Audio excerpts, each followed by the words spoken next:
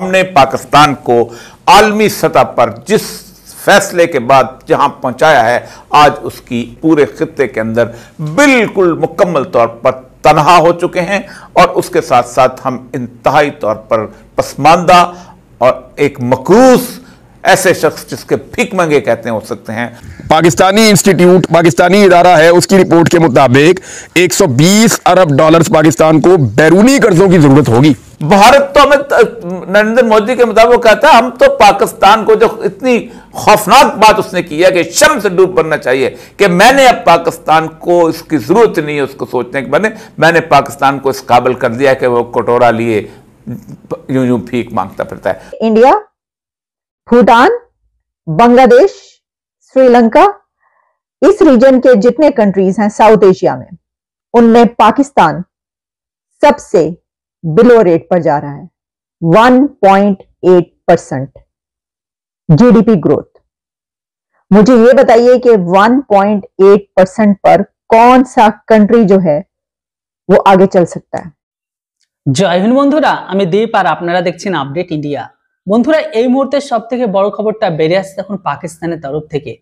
পাকিস্তান আবারও আইএমএফ থেকে লোন নেওয়ার জন্য প্রস্তুত হয়ে গেছে। যদিও এই লোনটি পাস হয়নি, যে লোনের অ্যামাউন্ট $1.1 বিলিয়ন। হ্যাঁ বন্ধুরা, এই লোনটি পাস না হতেই পাকিস্তানের পিএম থেকে শুরু করে পাকিস্তানের জনতা থেকে শুরু করে পাকিস্তানের পার্টির বিভিন্ন লোকজন এটাকে নেওয়ার জন্য বিভিন্ন জল্পনা কল্পনা শুরু হয়ে গেছে। হ্যাঁ বন্ধুরা, আপনারা জানেন পাকিস্তানের মধ্যে বা পাকিস্তান আজকের দিনে চারিদিকে কাটরা নিয়ে ভিক্ষা নিয়ে কিন্তু দেশকে চালাচ্ছে। এমতো অবস্থায় পাকিস্তানের প্রধানমন্ত্রী শাহবাজ শরীফ আবারও আমেরিকা যাওয়ার প্রস্তুতি করছে $1.1 বিলিয়ন সই স্বাক্ষর করে আবারও লোনকে পাস করার জন্য। যদিও এটা কোনো প্রথমবার বা নতুনবার নয়, এর আগেও আইএমএফ থেকে কখনো 5, কখনো 3, কখনো $1 বিলিয়ন এইভাবে আমেরিকার দ্বারা বা আমেরিকার সহায়তায় এইভাবে লোনকে নিয়ে আসছে। এর সাথে সাথে এখন পাকিস্তানের ঘরের ভেতরে এটাও আলোচনা হচ্ছে, আজ থেকে কিছু বছর আগে আমাদের প্রধানমন্ত্রী নরেন্দ্র মোদী বলেছিল যে পাকিস্তানের হাতে ভিক্ষার বাটি ধরিয়ে দেব, আর সেই ভিক্ষার বাটি নিয়ে তারা গোটা দেশের সামনে ভিক্ষা করবে। আর এই কথাটা এখন পাকিস্তানের মিডিয়াতে জোরসোরে চর্চা হচ্ছে যে ভারত আমাদের হাতে বাস্তবে কিন্তু পাকিস্তানকে ভিক্ষার বাটি ধরিয়ে দিয়েছে। আপনাদের বলে দিই, আজকের দিনে যে দেশের কাছে পয়সা আর যে দেশের কাছে পাওয়ার আছে, পাওয়ারটা হোক সামরিক হোক বা ডিপ্লোম্যাটিক লেভেলের, তারা পৃথিবীর সবকিছু করতে পারে। একটা সময় এমনও ছিল যেখানে পাকিস্তানের কথা গোটা ইউরোপ থেকে শুরু করে বিশ্বের সুপার পাওয়ার দেশগুলো পর্যন্ত মানত, সেটা সত্য হোক বা মিথ্যে। কিন্তু আজ পরিস্থিতি নরেন্দ্র মোদী এমন করে দিয়েছে যে ওদের কথা শোনা তো দূরের কথা, দেশের প্রধানমন্ত্রী থেকে শুরু করে দেশের বড় বড় নেতা যদি কোনো দেশের কাছে যায়, সেই সমস্ত দেশের প্রধানমন্ত্রীরা তাদের সাথে ভয়ে দেখা পর্যন্ত করে না যে আবার কখনো হাত পা ধরে বলবে আমাদের কিছু ভিক্ষা দিন। হ্যাঁ বন্ধুরা, আর ঠিক এই পরিস্থিতি হয়ে গেছে পাকিস্তানের। যাই হোক বন্ধুরা, ভিডিওটি পুরো দেখে নিন। তার আগে ভিডিওটিকে লাইক আর চ্যানেলটিতে নতুন হলে কেউ সাবস্ক্রাইব করতে ভুলবেন না।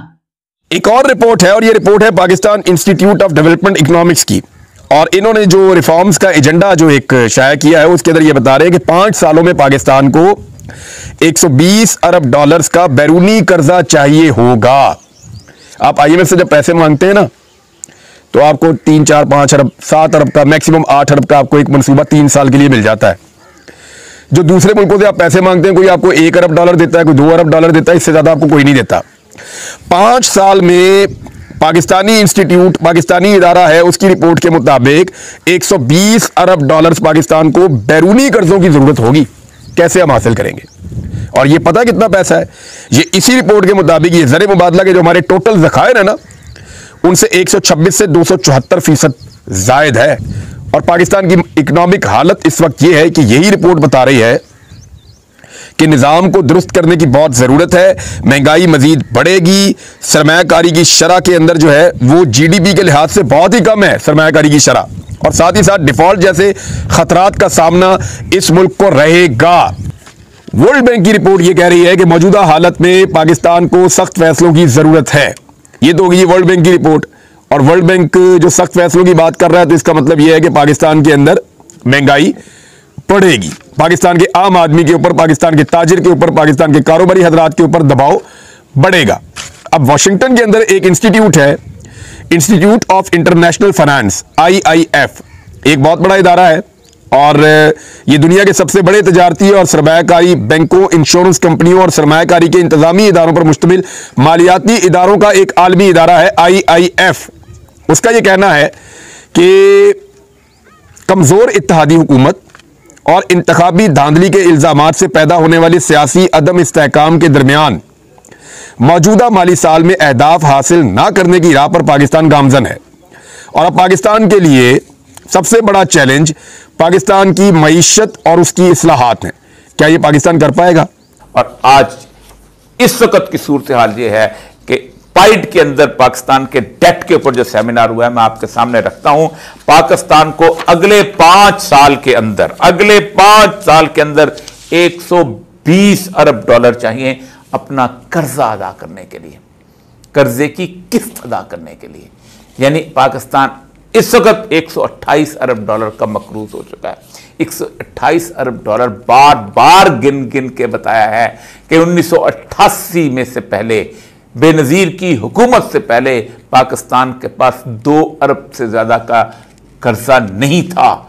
उसके बाद 2 अरब के बाद जो 128 अरब डॉलर जो बाहर से हमने कर्जा लिया, मैं अंदरूनी कर्जे की बात नहीं कर रहा। और सबसे अहम तरीन मुबारक इस बात के लीजिएगा कि Pakistan has now secured the top spot among the top 10 countries with the highest external debt. आप अंदाजा करें कि हम उन 10 बड़े मुल्कों के टॉप पे पहुंच गए हैं जिन्होंने GDP के मुकाबले में सबसे ज्यादा इस वक्त कर्जा लिया है।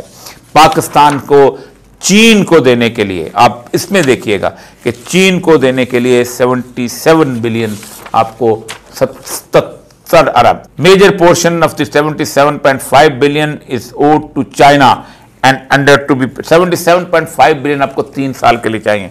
और to be paid in June when $1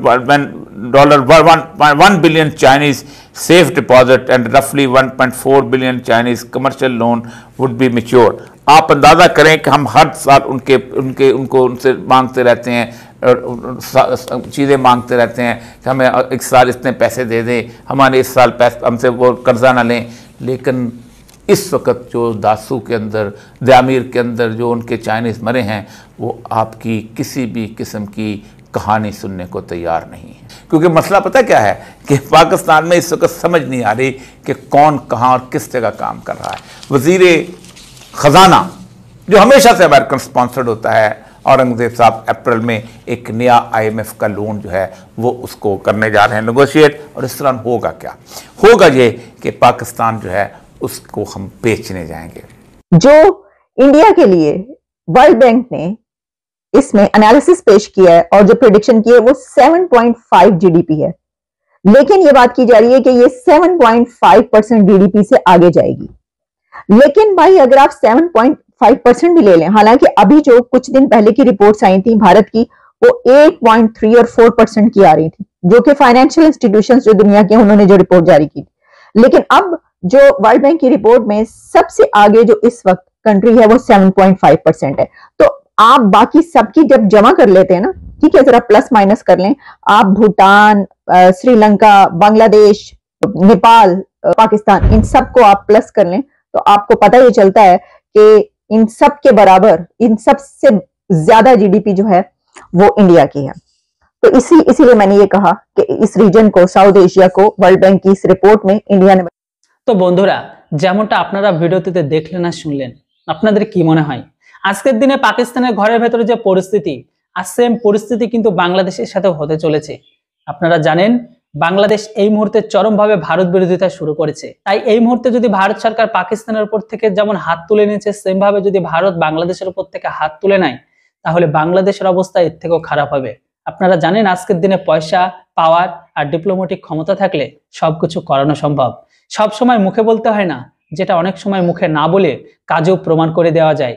যাই হোক বন্ধুরা, ভারত বিরোধিতা যেভাবে বেড়েছে বাংলাদেশের ঘরের ভেতরে, আমার মনে হয় এদের সাথেও তেমন পরিস্থিতি করানো উচিত। আয়নায় অবশ্য ওদের নিজের মুখটা দেখানো উচিত যে তোমাদের অকাত ভাই এতটুকু। যাই হোক বন্ধুরা, পাকিস্তান যে আবারও এই 1.1 বিলিয়ন ডলার লোন নেওয়ার জন্য IMF এর কাছে ছুটে যাচ্ছে, এই লোন দিয়ে দেশ চালাবে না নিজেদের পেট ভরাবে, এই বিষয়ে আপনাদের জানা থাকলে অবশ্যই কমেন্ট বক্সে লিখে জানান। Thanks for watching. জয় হিন্দ, বন্দে মাতরম।